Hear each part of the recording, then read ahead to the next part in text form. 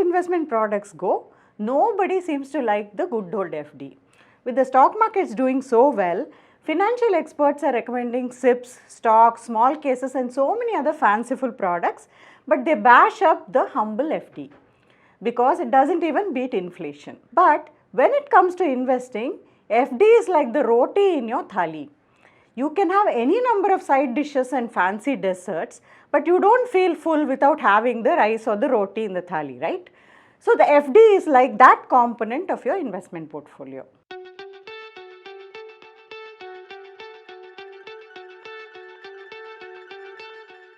Hi, I'm Aarti Krishnan.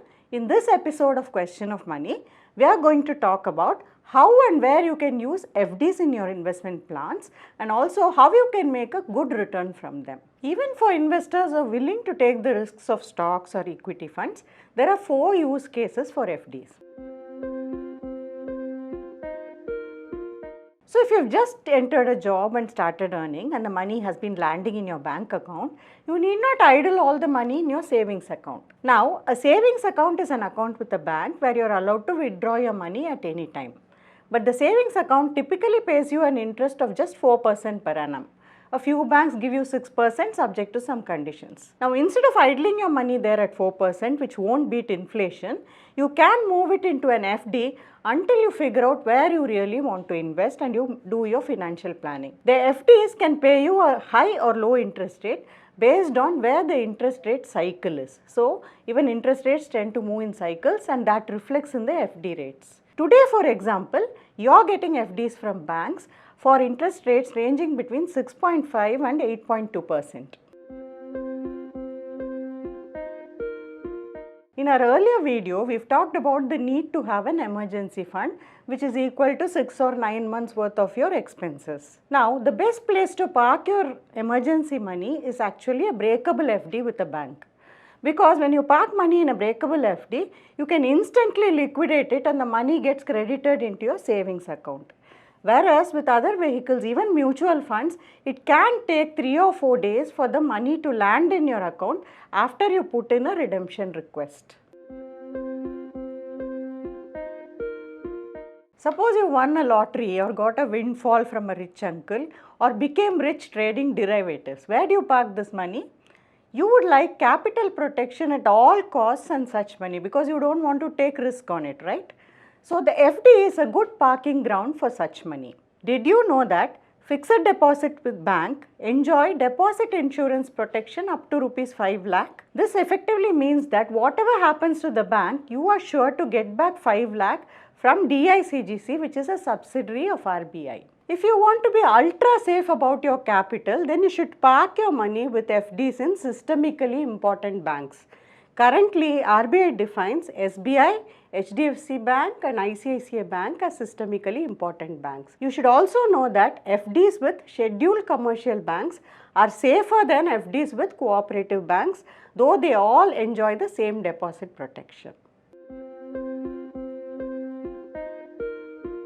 Now, no sensible investor will have all their investments and their entire portfolio in a single asset, whether it is equity, stocks, mutual funds or whatever. So, debt is a compulsory part of every investor's portfolio. FDs can be an important component of that debt allocation.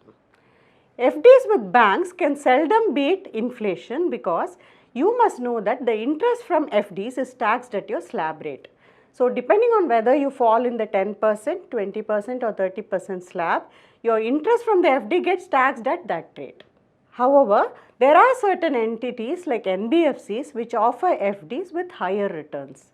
There, even if you are taxed at your slab rate, you can end up earning a higher return from that FD.